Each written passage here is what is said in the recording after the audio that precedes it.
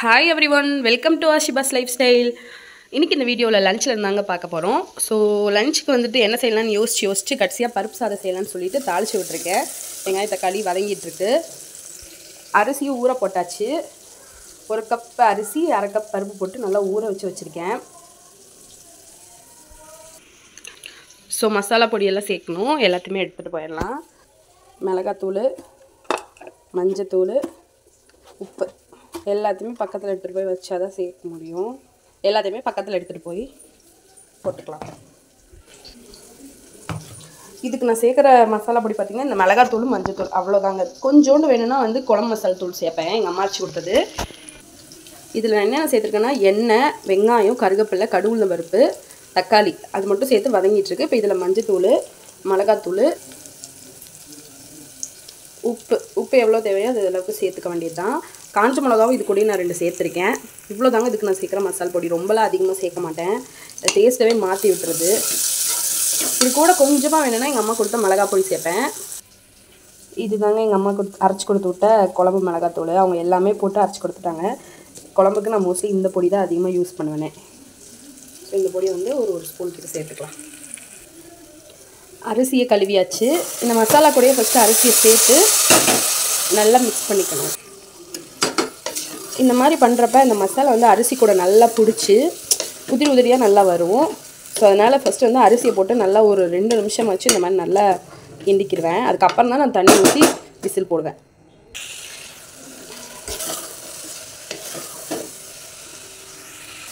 So இது நல்லா கொதிக்கவுமே இதுக்கு தேவையான அளவுக்கு தண்ணி சேர்த்துக்கலாம்.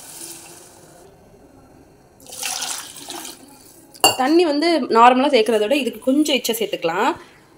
அப்போ தான் ரொம்ப விதையாக இருந்தாலும் நல்லா இருக்காது. ஆனால் கொஞ்சம் வந்து அரிசியாக இருக்கணும், ஆனால் ரொம்ப அரிசியாக இருக்கக்கூடாது. ஸோ அதனால் கொஞ்சம் தண்ணி எச்சா சேர்த்துக்கலாம். குக்கரை க்ளோஸ் பண்ண போகிறப்ப 2 மல்லித்தலை தூவி விட்டுட்டு குக்கரை மூடி வச்சிட்டோம் அப்படின்னா சூப்பராக பருப்பு ரெடி ஆயிரும். இதுக்கு ஒரு 2லேருந்து 3 விசில் உங்களுக்கு எப்படி ரைஸ் இருக்கணுமோ அதுக்கேற்ற மாதிரி நீங்கள் விட்டுக்கோங்க. சாம்பார் செய்யலாம். சாம்பார் செஞ்சால் என் ஹஸ்பண்ட் அவ்வளோக்கா சாப்பிடவே மாட்டாங்க. அதனால தான் மோஸ்ட்லி வந்து நான் இந்த மாதிரி பருப்பு சாதம் அடிக்கடி செய்கிறது. எப்படியோ சாப்பிட்டாலும் சரி, ஆனால் பருப்பு வந்து நம்ம உடம்புல சேர்த்துக்கிட்டா போதும் அப்படின்னு தான் இப்போலாம் தோணுது. ஸோ பிடிக்காத ஒரு விஷயத்தை வந்து அவங்க கொஞ்சமாக சாப்பிட்றதுக்கு நல்லா சாப்பிட்றத வந்து நம்ம அடிக்கடி பண்ணி கொடுக்குறதுல தப்பே கிடையாது.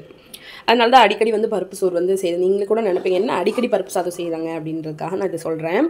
ஸோ இதுக்கு சைட் டிஷ்க்கு என்ன பண்ணலாம் அப்படின்னு யோசிச்சிட்டே இருக்கிறப்ப தான் ஞாபகம் வருது, ஃப்ரிட்ஜில் மாங்காவும் இருக்குது, அப்புறம் உருளைக்கிழங்கும் இருக்குது. சரி இதை வச்சு எதை தான் ட்ரை பண்ணலாம். சைடிஷ்காக பொரியலுக்காக உருளைக்கிழங்கை வந்து கட் பண்ணி வச்சுருக்கேன். சரி உருளைக்கிழங்கு வந்து ஃப்ரை பண்ணிடலாம் அப்படின்னு சொல்லிட்டு நான் வந்து இந்த மாதிரி பெரிய பெரிய பீஸாக தான் கட் பண்ணி வச்சுருக்கேன். எப்பயுமே குட்டி குட்டியாக தான் கட் பண்ணுவோம். சரி இன்றைக்கி கொஞ்சம் சேஞ்சுக்கு பெரிய பீஸாக போட்டு பார்க்கலாம் அப்படின்னு சொல்லிட்டு எடுத்து வச்சாச்சு.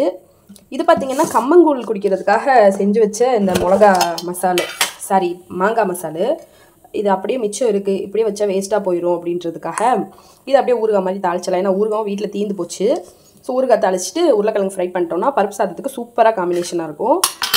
இப்போ வந்து தாளிக்கலாம். நான் வந்து இந்த உருளைக்கிழங்கு ஃப்ரைக்கு வந்து கடுகு உளுந்த பருப்பு, கருவேப்பிலை, மிளகா பொடி இதை தவிர எதுவுமே சேர்க்க போகிறது கிடையாது. சாதம் ரெடி ஆயிடுச்சு. ஸோ மாற்றிட்டு கடாய் எடுத்து அடுத்து வச்சாச்சு. இப்போ கடாய் நல்லா சூடானதுமே அதில் வந்துட்டு தேவையான அளவுக்கு வந்து எண்ணெய் ஊற்றிக்கலாம். எண்ணெய் ரொம்ப அதிகமாக ஊற்றக்கூடாது. எண்ணெய் நல்லா சூடானதுமே கடுகு உளுந்து தாராளமாக போட்டுக்கலாம். அப்போ தான் டேஸ்ட் சூப்பராக இருக்கும். இதோட டேஸ்ட்டு இந்த கடுகு உளுந்து தாங்க. அது கூடவே கருவேப்பிலையும் போட்டுக்கலாம்.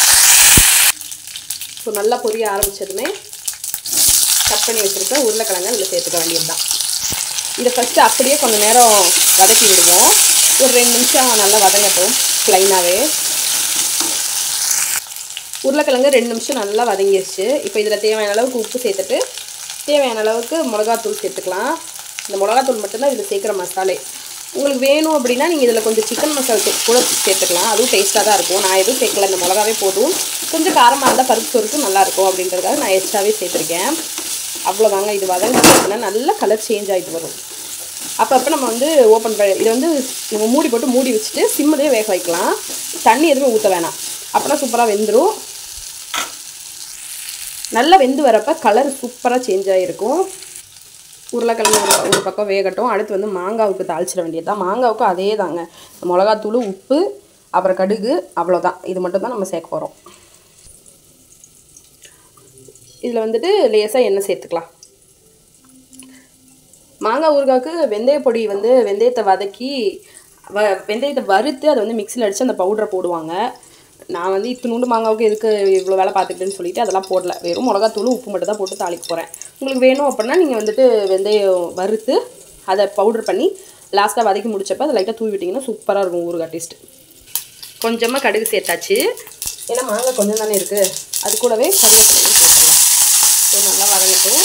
பொரிஞ்சு வந்ததுமே உப்பு மிளகாப்பொடி போட்டு வச்சுருக்கிற மாங்காவை இதில் சேர்க்க வேண்டியதுதான்.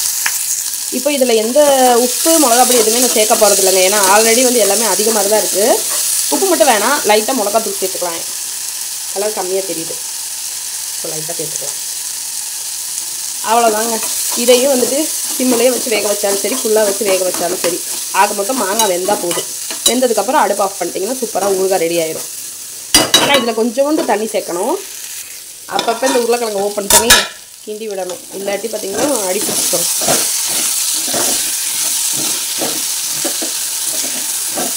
இதில் வந்து கொஞ்சம் வெள்ளை கூட தட்டி போட்டோம்னா சூப்பராக டேஸ்ட்டாக இருக்குங்க. இந்த ஸ்டேஜில் லைட்டாக தண்ணி சேர்த்துக்கலாம். அப்போ தான் ஊறுகாய் நல்லா குழஞ்சி வரும். அவ்வளோதான். சேர்த்து சிம்மில் வச்சிட்டோன்னா சூப்பராக வெந்து நல்லா குழஞ்சி வந்துடும். எப்பயுமே நம்ம குக்கரில் சாதம் வைக்கிறோம் அப்படின்னா இந்த மாதிரி விசில் போனோடனே விசிலை ஓப்பன் பண்ணிவிட்டு குக்கர் மூடியை ஓப்பன் பண்ணிவிட்டு சோறை வந்து லைட்டாக கிண்டி வச்சிட்டோம் அப்படின்னா அந்த சோறோட கன்சிஸ்டன்சி வந்து அது அப்படியே இருக்கும். இல்லைன்னு பார்த்திங்க ஆறினோடனே நல்ல கெட்டியாயிரும், அப்படியே கல் மாதிரி ஆயிரும், உடச்சி எடுக்கிற மாதிரி. ஸோ இந்த மாதிரி வந்துட்டு மிக்ஸ் பண்ணி விட்டோம் அப்படின்னா அப்படியே இருக்கும். நம்ம எப்போ சாப்பிட்றோமோ அப்பையும் இதே மாதிரியே தான் இருக்கும். சூப்பராக இருக்கும். சாதமும் பாருங்கள் குலையவும் இல்லை, அரிசியாகவும் இல்லை, கரெக்டாக வந்திருக்கு. சூப்பராக வந்திருக்கு. ஸ்மெல்லும் பயங்கரமாக இருக்குது. ஸோ பருப்பு சாதம் வந்து செம்மையாக ரெடி ஆயிடுச்சு. நம்ம அப்படியே மூடி வைக்கலாம். ஸோ என் ஹஸ்பண்ட் வந்ததுக்கப்புறம் தான் சாப்பிட ஆரம்பிக்கணும். அது வரைக்கும் விசில்லையே இருக்கட்டும். சமைச்சிட்ருக்கப்பே வந்துட்டு ஒவ்வொன்றா க்ளீன் பண்ணிக்கிட்டே தான் சமைப்பேன். மொத்தமாக போட்டு லாஸ்ட்டாக க்ளீன் பண்ணுறது வந்து எனக்கு சுத்தமாக பிடிக்காது. அப்பப்போ க்ளீன் பண்ணி விட்ருவேன். பார்த்திங்கன்னா உருளைக்கிழங்கு சூப்பராக வெந்துருச்சு. இது தாங்க ஃப்ரை. இதில் பார்த்திங்கன்னா ஒரு சில உருளைக்கிழங்கு வந்து நல்ல இந்த மாதிரி நல்ல டோஸ்ட் ஆன மாதிரி இருக்கும். ஒரு சில கிழங்கு வந்து இந்த மாதிரி ப்ளைனாக இருக்கும். இது தாங்க செம்மையாக இருக்கும். ஒவ்வொன்று சாப்பிட்றப்போ ஒவ்வொரு டேஸ்ட்டில் சூப்பராக இருக்கும். நல்லா வெந்துருச்சு சிம்மில் வச்சு வேக வச்சனால. ஸோ அவ்வளோதான். சைட் டிஷ்ஷும் வந்து ரெடி ஆயிடுச்சு. சாப்பாடும் ரெடி. ஊறுகாய் மட்டும் பார்த்திங்கன்னா இன்னும் கொதிச்சிட்ருக்கு தண்ணி. ஸோ அது கொதித்து வற்றி நல்லா குழஞ்சி வந்தோடனே அதை அடுப்பு ஆஃப் பண்ணிட்டா அவ்வளோதான், முடிஞ்சிருச்சு வேலை. ஸோ இன்றைக்கி லஞ்ச் இது தாங்க. பருப்பு சாதம், ஊறுகாய், உருளைக்கிழங்கு பொரியல், கூட வந்து முட்டை பொரிச்சிக்க வேண்டியது தான். ஆம்லெட் சாப்பிட்றப்போ ஒரு ஆம்லெட் போட்டு சாப்பிட வேண்டியது தான். ஸோ இந்த வீடியோ பிடிச்சிருந்துச்சின்னா மறக்காமல் நம்ம சேனலை சப்ஸ்கிரைப் பண்ணிவிட்டு பக்கத்தில் இருக்க பெல்லை கிளிக் பண்ணிக்கோங்க. பாய்.